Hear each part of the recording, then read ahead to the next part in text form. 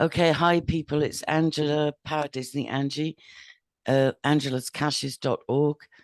On a very delayed part two, this is Friday, you might recall last Sunday, I recorded an interview with Lithuanian siblings who had suffered multiple abuses from very young childhood. And we planned on doing a part two just a couple of hours later. And here we are 5 days later, and it's almost too much to believe what transpired. It turned into an international incident involving the CIA, involving GCHQ, stroke MI5, 6. It just went crazy, incredible death threats and all sorts. So I'm going to hand you over to Aaron. His sister at the moment, we're not going to engage with at the moment, and we solicit your prayers for her safety. But I'm going to have Aaron just tell you a little bit of the craziness that ensued. Now, Aaron's sister maintained it was nothing to do with the interview. She wanted to disclose with her face and name, and she'd waited over 20 years to disclose. And she maintains what happened afterwards was not connected. But in my opinion, sadly, there is a price to pay for disclosing. I'm not wanting you to feel, oh my God, I can't disclose. It could get scary. It's more damaging to stay in the secret than it is to come out into the public arena. So I'm going to hand over to you, Aaron. Can you tell people as much as you're able? I know you're still in trauma. Can you tell people as much as you're able?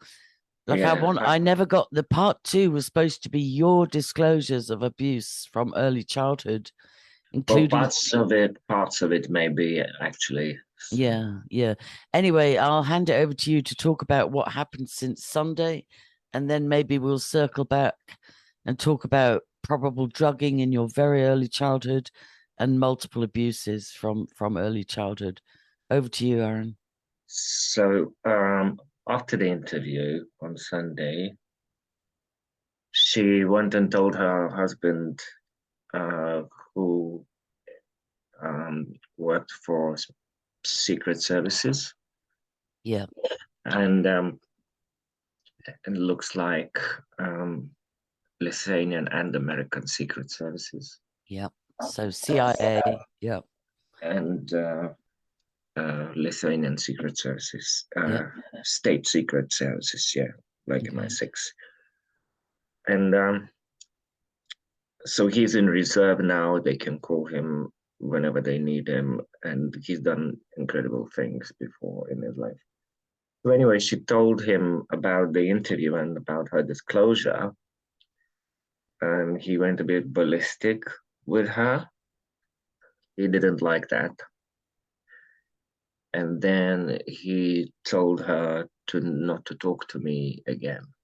yeah, And she said, look, he's my brother. He's like my best friend all my life. And there is no chance I'm going to stop talking with him. So he went ballistic. Uh, so my sister called me with a video. Um, it was 2 days in a row. She was calling me with a video, and it was just like he was more and more antagonized by the fact that she's still talking with me. And then so it was 28th of August when he was drunk and he gone ballistic. So he started threatening with me to kill me. He started death threats. And I'm like, oh yeah, sure. So by the way, he beaten up my sister as well after that. And when she was calling, her face was swollen, and So there, I'm on a video call with my sister, and he is on a call to his mafia mates that live in England, somewhere Midlands, north of Midlands, but they have their network all over England. So I uh, I'm quite sure there's a few around where I live. I'm not sure if he knows my recent address, but he knew my previous address, so I guess he gave them that. There's a granny that bought that house. So I don't want anything to happen to that granny. But I did inform the police, and I just got in a car and ran away. Ran away for a couple of days, stayed in a secret location, and uh, stayed on a call. The police kept calling me. It was real serious, and so now I'm under uh, close police surveillance. My phone number is connected to this case, and they obviously are following Facebook profile, and well, because it's easier to do that. Everyone's on Facebook. Uh, so that's what happened. This is the second time in my lifetime that I had to run for my life because of my sister. Yeah, tell me the first time. The first time is when she was gang raped and she had to save that other girl, and I had to run with her child, which was in part one. That was the first time I had to take all because it's mafia and they were coming. And so I had to save myself and my, at that time, 2 years old goddaughter. And so I just grabbed the child, grabbed the photos and documents, any evidence that it's our house, and just ran with my little child, wherever random. Did your sister come? Did your sister come with you? No, she went back to save that girl. And so, So when your sister came back in the middle of the gang rape, and yeah. she told you, you just have to trust me, I've got to go back. So you fled with your Yes, goddaughter. and I was furious that she was going back, but Yeah, yeah. and I have to run, take the child and run for Wow. our life. And And now, how long did you stay away for? Where did you run to? I know the town very well, and we were in Vilnius. And as I was born in Vilnius, obviously I know the city very well. So I knew where to go, so they won't be looking for me. Wow. And because it would be so, they couldn't think of those places, So I knew Yeah. where to go. This time uh, is another. It's the second time where so-called secret services husband called the mafia killers on me, because as he told the why my sister got real frightened. So while we are on a video call, he's calling them, giving them my address, my description, my husband's description. Um, so they were coming. They were coming. They called him back, and he gave them more details about me and my husband, and then I left the house and we drove anywhere where our eyes could see, just any random direction. And about 1 hour later, we just got to this secret location we planned. We decided we are going to. And that took us about an hour to get there, and I received while in the car, actually we were still driving there. I received this phone call from a company that there's some problem in my household. What problem is that? And I'm telling him, sorry, I'm telling the guy, uh, I don't have problems in my household, and if there was a phone call pretending it was me, it was not me. It's a fraud. So he wrote that down and put the phone down. He wrote down he understood it's a fraud. So looks like what was his number private number, or did you have the number that he called from? it's police and police. So the phone call from London, was it from London police? It was from London number from I don't know to unlock the But do you have company. that number? Like, did he phone with the number withheld, or do you have the number? No, he phoned with a proper 02 London number. Okay, have you given that to the police? Uh, I can't remember. I was in such a stress. I Yeah, don't. yeah, that's important. That's important. It's encouraging that it wasn't a I withheld think I number. did. I think I did because the police called me again and again, and I was telling them absolutely everything, and that I have a suspicion that they were at the house an hour later after we left the house, Okay. and they called that company to open our doors and lock the doors, and they called me because I'm registered, and that my husband is in this particular address, and they are calling, obviously because I'm registered to vote as well, and it's like for companies like that, it's easy to double check, who to call. Okay. So I'm still mystified as to who this company was that rang you and said, "Oh, we've had a report of suspicious." Problem and some issues in your household. What issues? Yeah, yeah. So But that I hope the police follow up on that. it was an Indian guy. Yeah, I hope the police follow up. Was it a security service? Was it GCHQ? Like I Or hope. was it just random company trying to sell a nonsense?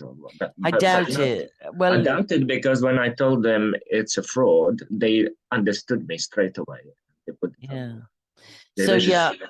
I hope that the police investigate that thoroughly to find out, is it a coincidence that an hour And after you flee to safety that there's reported a disturbance in your home? That needs investigating, and it's encouraging that it wasn't a withheld number, and the police definitely need to follow up on that. And if you yes, feel strong enough, you should call that number back and say, okay, I'm a little bit calmer now. Please tell me in detail who contacted you, what did they report. You see, you don't know yes, if it was to verify your new address.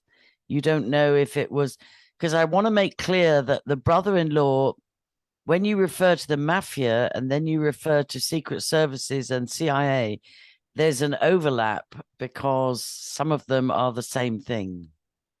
yes, and I think it is the same thing. Yeah. So when I reported to police,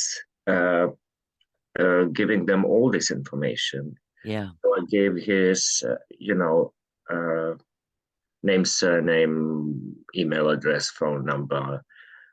Um, I think I gave them his Lithuanian home address as well. But but they said, well, you have to get in touch with Lithuanian police. But I said, look, that's my sister has to do that. But Yeah. she's in Lithuania, I'm not. Yeah. You're in England. Yeah. I'm in You're in the England. UK and your Yeah. life was threatened in the UK. Yes, and he called his mafia friends in the UK. Yeah. Yeah. So, So basically, there was a contract hit. I want to put a bit of context here, if I may, and you can edit this out if you like. oh yeah, I'm But sorry. the context I want to put is that the brother-in-law of Aaron was saying, whilst Aaron was on a video call to his sister, he was saying, British intelligence services and the CIA owe me a favor. I did a contract killing for them in the past. They owe me. So I can very easily call in the favor and have you, Aaron, extinguished. Yes, And exactly, and the exactly. other point I want to make is that when you gave his full details to the British police. They They found went, him in their system. they found They him in found their him in their system. system and they went straight into top gear. You didn't just run for your life, you were advised by the police Yes. you need to get out of there.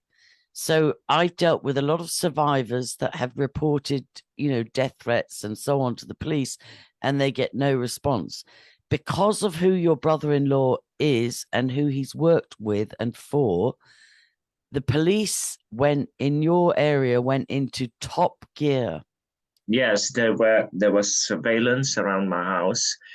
My threat to murder me case, protocol was submitted, and my phone number is connected They to went that. they went into top gear. They told you get Yes, out of and there. they told me you only need to dial 999, and you don't even need to say anything. We'll Yeah. be right there. Yeah. It's called rapid response. Yes. It's a thing that can be done for credible victims in danger, and it's usually in place for 12 weeks. It's called a rapid response status. And that means if any phone call comes from you or your partner, they don't even need to hear you speak. They send police within minutes, which is very difficult to get. So the point I'm trying to make is that your brother-in-law was known to the British authorities. They knew who he was, and They knew who he is. They have him in their system, yeah, and and they said they will inform Lithuanian police, yeah, but they can't tell if they will react yeah. because he works for Lithuanian secret services as well. But So also, didn't they tell you they would inform the CIA and MI6 or yes, that's what MI5? they told me. That looks like, I don't know, Interpol. Yeah. Interpol's here. They said they spoke with CIA, and See, that's incredible. because That it is, looks like that came up in their system, when they it checked it. must have done. It must have done. There was So police doesn't say things like that easily, that what, on your case we spoke with CIA, and now it's fine. Where you're on, rapid response, and they just kept calling me, getting more details. They of course spoke with my husband, of course, to get more details as well on that. So there, my sister only causing trouble in my life. I keep running for my dear life Yeah, but because you love her. You saved her when she was 5. I'm getting annoyed because there's like a hair on my camera, but never mind. You saved your sister's life when she was 5 by hammering on the door and screaming. And I'm sorry you saved her life and your goddaughter's life again when she was 20 or 21 and had been gang raped. And I'm sorry that this keeps happening to you, that you keep having to put your life at risk for the sake of your sister. But there's a saying, greater love hath no man than that he lay down his life for his friends, his loved ones. So you've done, I salute you for doing that. This will be at least the 3rd time. And I yeah. know it makes you angry, and especially because domestic violence survivors are the hardest survivors in some ways to support because they don't leave, they keep going back. No, and she doesn't want to call police. Yeah, She's yeah, afraid to call police. yeah. I worked with a family member that was in an abusive marriage for 20 years, and it took her about 5 times to leave successfully. It's I told her, gaslighting. yeah, and she kept calling me. I had to block her. Oh She God. kept calling me. I said, and he's yelling at me, they're coming, they're coming. Yeah. And Yeah. then she sends me a message, a very short message saying, after like, I don't know, 24 hours or so, Yeah. uh, she sends me a short message. You can go home now. He called them off. I'm Yeah. like, are you being serious? Yeah. Yeah. You can't just. Then I couldn't believe it. Yeah. I just blocked her number, and she said you can block me from my life. I just blocked her Facebook, so she can't. Oh God. blocked her Facebook so she can't video call me, because in this antagonistic situation, my husband's life is in danger, not only mine. Yeah. I said to her, I sent her voice messages, and I said, "How dare you? How dare you put my husband's life in danger? He's got nothing to do with this." And tell me this, in the communist countries, I know going back what age were you when you first left Lithuania? Um, I was uh, I lived in Spain for half a year, At what age? and that was in 20, I was 24, and then in April I turned 25. So Okay. Okay. yeah, 24, 25 I was. And then after that, yeah, so after half a year, I came back to Lithuania. My career shot back up. So I stayed in Lithuania until 2010, Wow. which was 2 years after this 2008 crisis. Which crisis? Which crisis? The financial crisis, 2008. Oh, 2008. Yeah, the crash. Yeah. Yeah. And Poor I butterfly. was fine. I was fine. My business was doing well because of posh clients. But my boyfriend at the time, he kept losing his jobs and his wages went lower and lower. And he just decided he wants to leave Lithuania because it's going to be crazy for him. And was he Lithuanian? No, he's Russian, half Okay. Russian, half Polish, yeah. But they Okay. speak Russian in families, in But family. is it fair to say that even in 2010, these countries were very anti-gay? Um, Depending on where you go, in the second biggest city, Kaunas, for example, or in a third biggest city, yes, definitely extremely homophobic. Okay. Extremely. Okay. And I've made it clear ever since we first connected that my convictions are that almost everybody I've met that is lesbian or gay is also a survivor of abuse, and I do feel it's been an engineered agenda. You and I have been so honest about this, but I also am reminded that uh, when a contract was put out on you, and a credible contact according to the police who contacted Interpol and CIA, and no doubt GCHQ, it was a credible death threat. Is it true that in 2022 you are also a, an ideal target, also because you're gay and your partner is from a different culture, and so on and so And also, yeah, yes. Yes, certainly, because all he was yelling, he was calling me a faggot and, all kind of horrible anti-gay insults yeah, and yeah. sexual swearing and So if there's a degree of Nazism still existing in Eastern European well, his mother is Belarusian, and Belarus is Belarus. fighting Ukraine with Russia, and so you can imagine Belarus and Russia is like copy paste real bad. I And just know that with Azov, there's still a huge um, anti-gay, anti-black. Like there's a huge I don't know. especially in Russian and Belarusian cultures, yes. Okay. All right. Okay, so I just want to make sure I've made all the points. So the minute your brother-in-law's name was put into the British system, even just the police, it came up. It And came up and they contacted CIA straight away, and they called me back about yeah, 30 minutes later, telling me that Interpol knows, CIA knows, will contact Lithuanian police. And so when they were telling me that, I realized, yeah, they found him in their of system. course they did, yeah.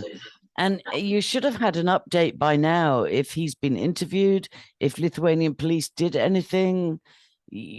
How often are you getting updates? Um, so the police stopped calling me 2 days later, they stopped calling me.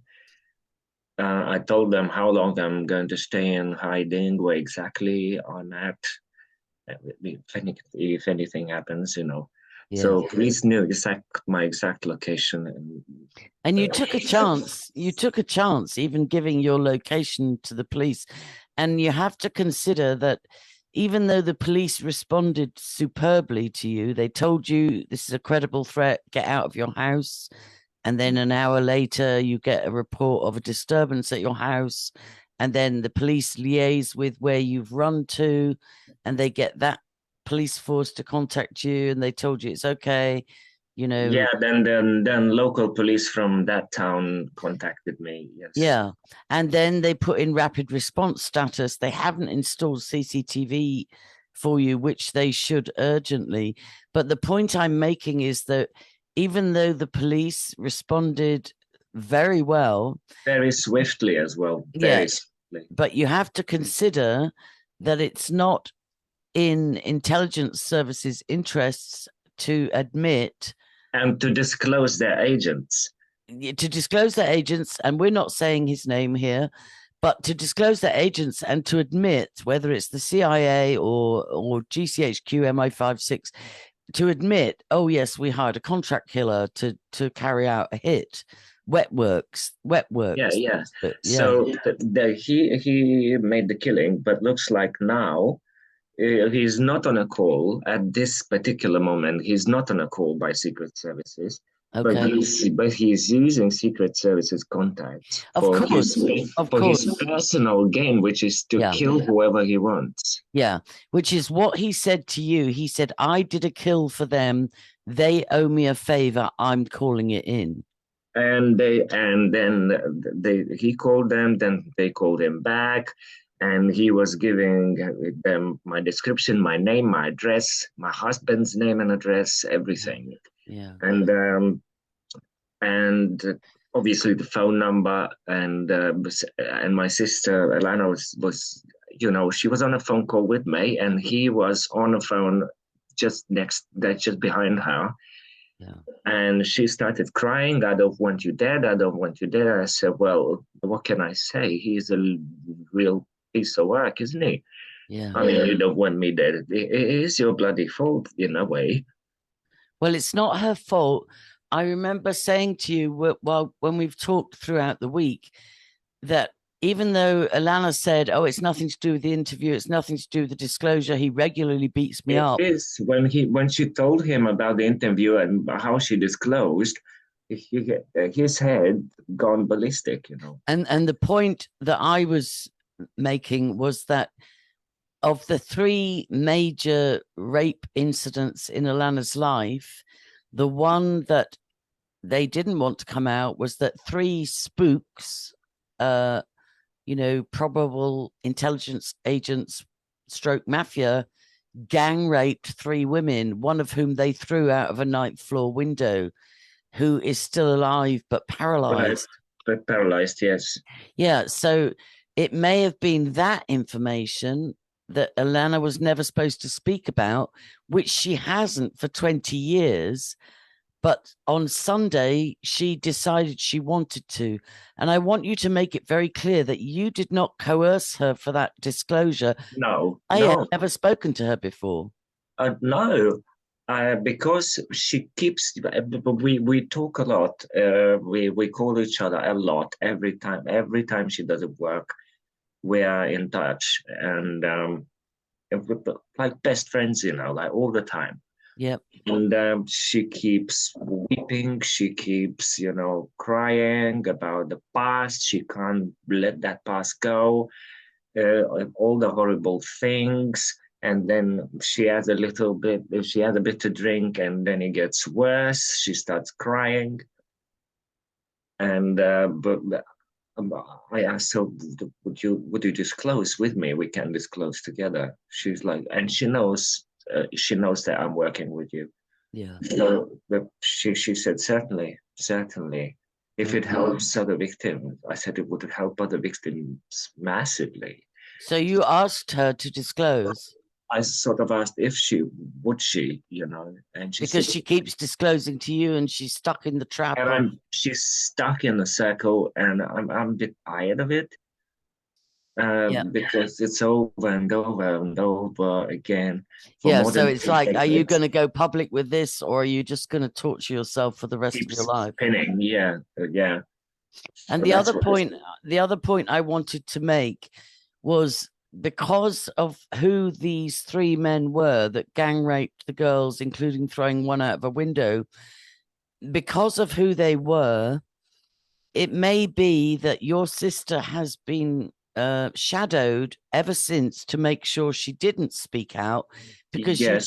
you told me that her current husband was a secret service agent for Lithuania and the CIA, and he was based in the UK for 8 years, and he claims he did a contract killing whilst there. And then also you told me her last husband works for NATO. uh, that boyfriend, last Oh, boyfriend she boyfriend, had, last boyfriend. he works for NATO. Yes. So it seems like she's been surrounded by spooks ever since that gang rape when she was 20, 21. Looks like it. Um, Yeah. yeah, and her uh, God, first husband. He was trafficking drugs to United Kingdom from all over Europe. So So this what looks like Black Ops all the way, Black Ops. I can't remember if we told this in the first part, that on their wedding it was in a five-star hotel. So this but mafia he was trafficking drugs for. He owns a lorry company, so that's how he was trafficking drugs, big amounts, from Spain, from all over Europe to United Kingdom. And uh, so on their wedding, she's sitting there with a white dress. This gang of mafia invites them to their wedding table in this five-star hotel. And but I don't know, something was wrong there. Maybe some drugs were missing or something like that. And they were telling to his bride, my sister, at their wedding table that they are going to rape her, they are going to gang rape her if on her wedding day is if he doesn't do this and that. Oh So my God. So even at her first wedding, there's a gang. the mafia gang, Oh. that's drug cartel. Yeah. So really, Drug and guns, yeah. from she went silent. Now she says she disclosed to her mother about the rape aged 5 when she was 18. Her mother didn't believe her. She never spoke about it again until now she's 43. Yeah, my mother believed me when I was 18 and disclosed about my two rapes. Um, We were supposed to address that in this part 2. Are you able yes, to the talk? first time I made a mistake in the part one. I want to fix this mistake. I was 9 years old. The guy from Children's Home was 16. And I wanted to make it clear that the person that bought the 16-year-old to your home was your older sister, because she was working in the children's She home. was working in the Children's Home as a nurse, and she was feeling for them. Yeah, She which is knew understandable. she was seeing what's going on there. She was seeing them children being delivered to other people, the pedophiles. She was seeing that kind of horrific things, how they were sexually abusing each other because it was sort of normalized to them, Yeah, because they all were raped by yeah, pedophiles. And so it was normal to them to, like Elisa and Gabriel, yeah, to yeah, yeah. so I was just a child, 9 years old. So at 9 years old, I was so little, I looked like 6 or 7. And so he started sexually, you know, touching me and doing all kinds of things. And but my mom would invite him for Easter, for Christmas, and every Oh, single time he comes, or just for a week in summer, every single time it comes, it keeps repeating and repeating and repeating. And He eventually raped you. no, he didn't rape me, but he was doing a hand job, which I didn't know Uh-oh. what he's doing. I'm 9 years old. I have no idea what's going on and why it's wet in the end and what is going on here. And things like that. Okay. And then finishing himself off and things Well, like that's that. sexual assault. There's no doubt about it. That's sexual assault. He's 16, you're 9, you know, and with hindsight, your older sister should have known better than to bring such a wounded, damaged teenager into your home with a baby brother, Yeah. looks years younger than he is. So then that lasted 9 years. Oh, God. So I turned 18 and How did you avoid the final full on rape? How did you avoid that? Or I could he have? didn't I didn't know what sex was. I was a virgin. But is it I didn't possible? know what this was. Then after a few years, after like 3 years when I was 12, I thought it was normal that he's doing that to me. I know that he's doing it secretly when no one can see, Right. but because every single time he's doing it, he's coming over and he's doing it, it became normal to me. I didn't know it's not normal. Okay. Okay. And is it possible? Because I remember your sister saying at 5 she didn't know how she ended up naked in a locked bedroom without her brother there. Is it possible you were drugged and don't remember being raped? I don't think he had drugs. Okay. I don't think he Okay. had drugs. Okay. So you had really 9 years of assault from the age of 9 to 18. And then at 18, you identify as gay and you have curiosity and you say to a colleague in the college you're in, I'd like to meet some other gay men. And he says, oh, you mean you want a hookup? And you're like, no, I don't want sex. I just want to meet some other I gay just want men. to meet another gay person because I Yeah. don't know any. I I don't don't know any know other what gay I don't know what's normal. I don't know who I am. Yeah, yeah, yeah. And because so that guy that you asked to mentor you he in, worked in Germany as a prostitute for yeah, three yeah, yeah. years. But he ended up raping you, right? Both of them, both of them, and there was lots of blood. And Uh, I don't want to go no, please don't. Please too don't. graphic. No, please don't. It was awful. So then, I ended up in the bathroom, bleeding away, and it was just awful. Then early in the morning, I just got the hell out through the door, and I was so afraid. I was so afraid to meet another gay guy, and I was so afraid. Yeah, if this is what being Um, gay is, it hurt. if I'm this bleeding. what being gay is since 9 years old, and now I'm 18, and my first sex is two guys raping me like crazy. Oh, I'm so sorry. I'm so sorry, Aaron. And so that what happened. And then there was this guy, I was still 18. It was in the spring, almost turning 19. But so I met this guy. He is a very famous artist. And so eventually we became sort of boyfriends. He is married, but his they sort of live that kind of life with his wife, the artists. And so he was very caring. He would bring me presents for wherever they go.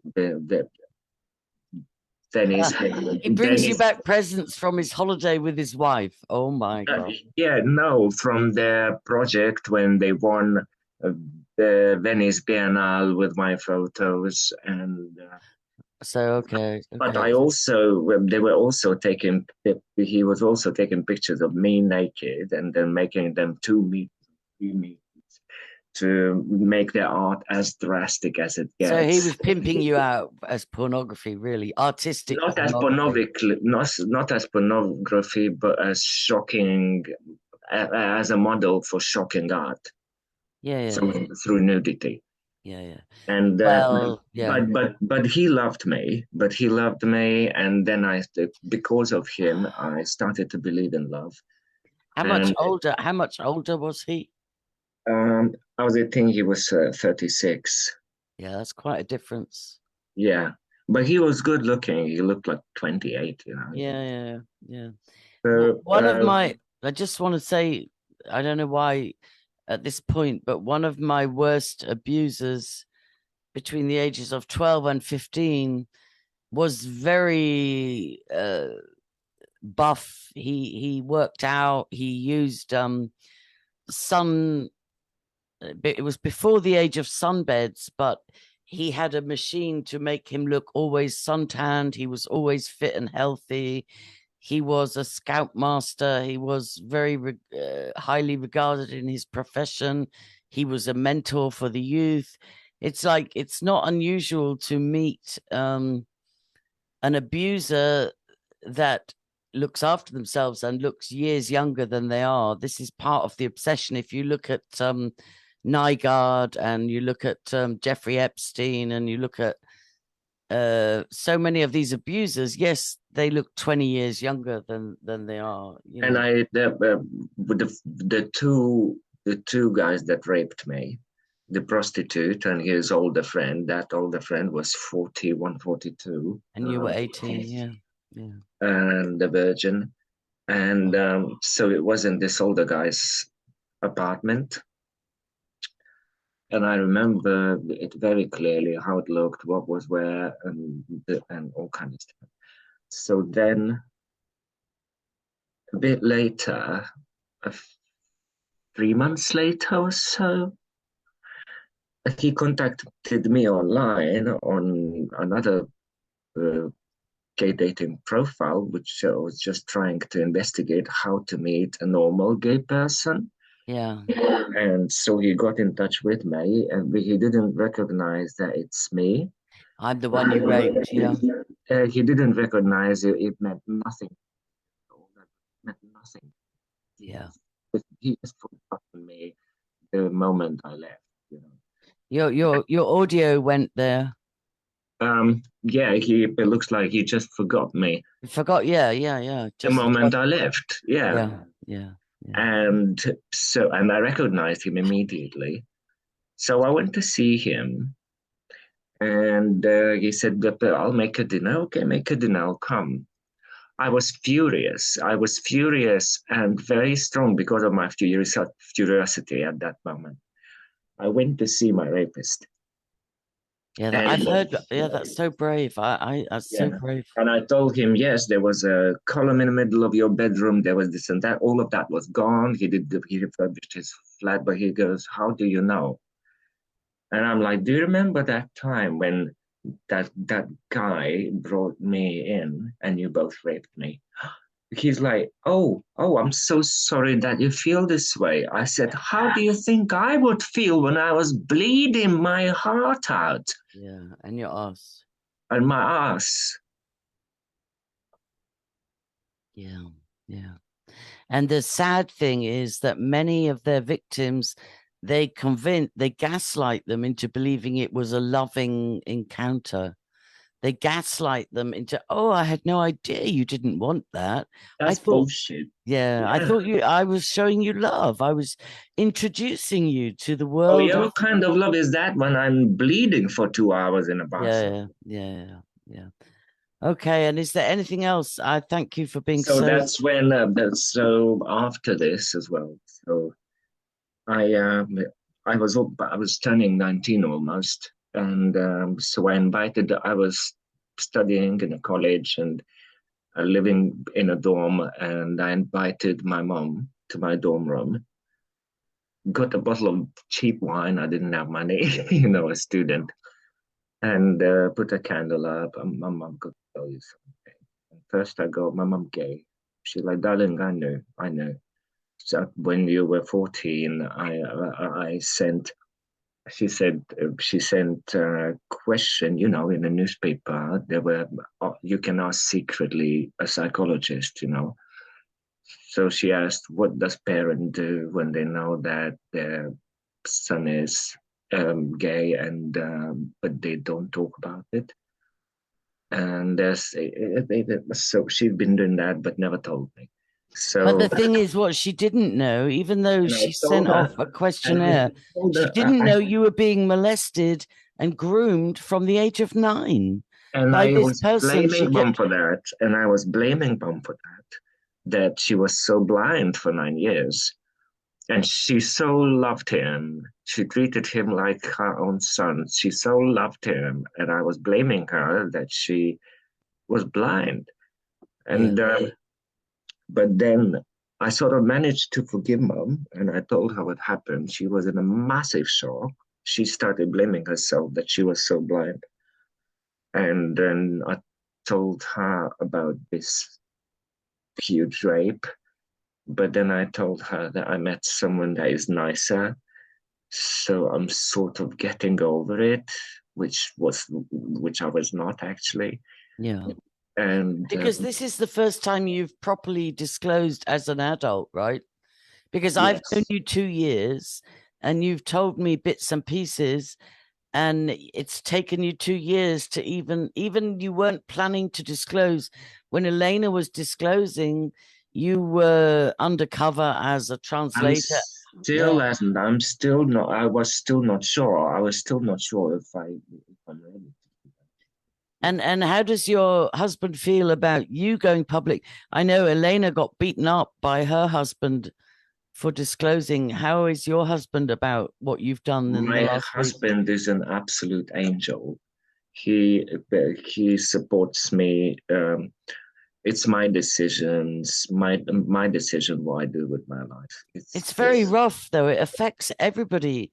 Like my he had to desire. run with me for his Yeah, life because absolutely. of my sister's homophobic husband who's trying to kill me, Yeah. and God knows what they would do to him. It's just, it's just. I mean, of course it affects him, but he even in crazy situation like this, he's still very very supportive, Okay. very You're very supportive. lucky. You're very lucky to have that. And I know, like I said, I supported a family member in a 20-year domestic violent marriage, and I gave up many times because she would come and tell me blah blah blah, and then she would go back to him. Then she'd come and She say blah wouldn't, blah blah. and she wouldn't help herself.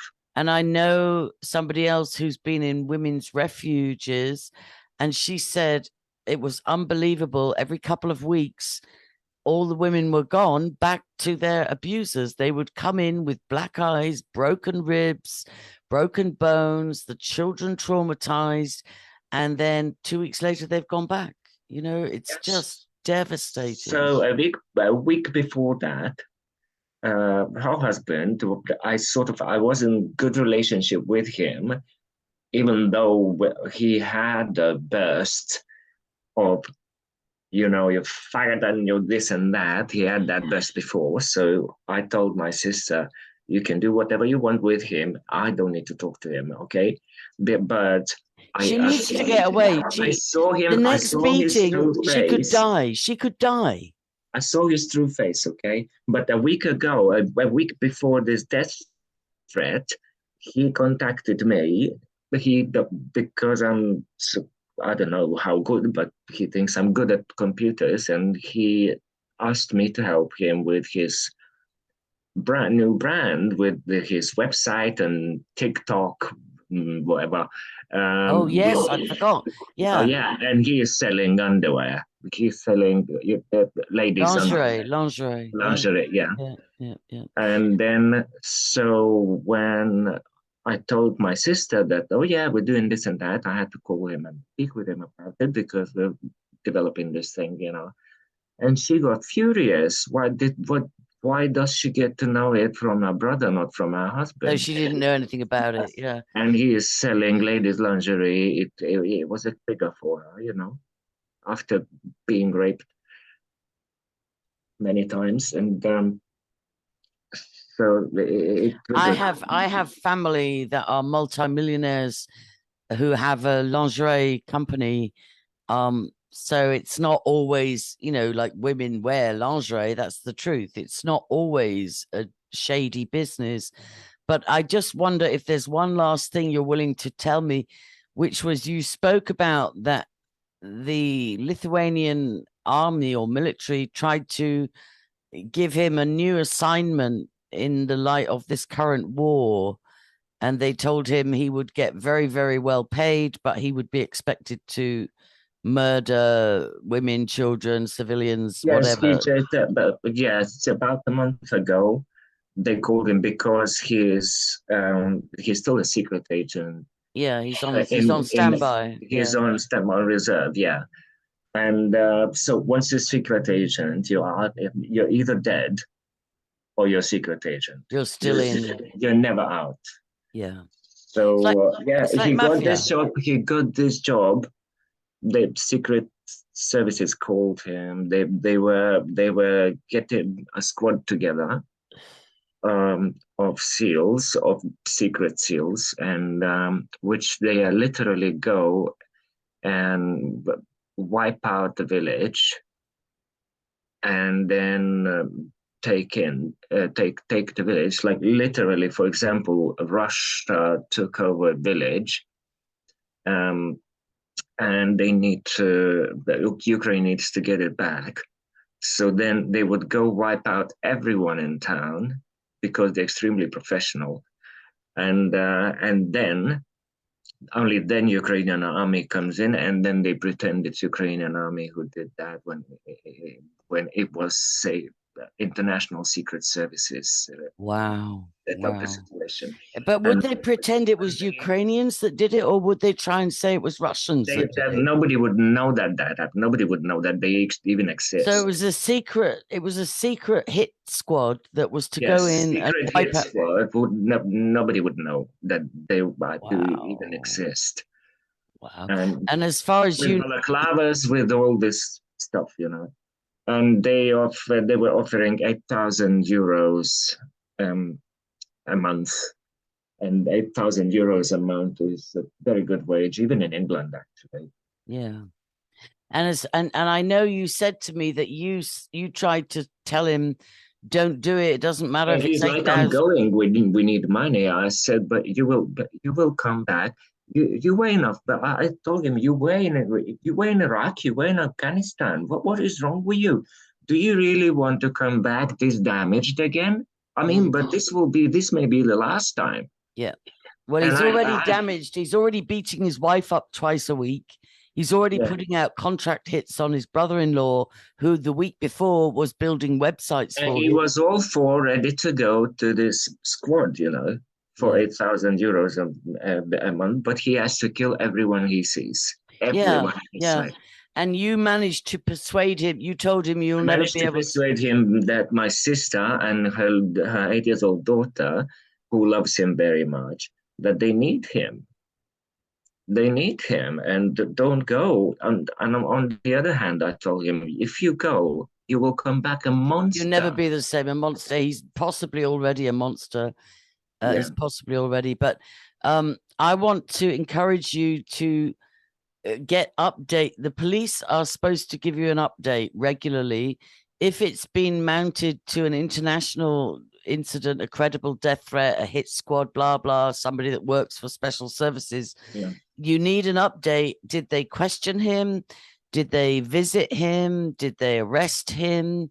What's going forward? Is the CIA or Interpol are Yeah, doing yeah, anything? yeah. You need an update, absolutely, 100%. But I salute you for your courage. Absolutely.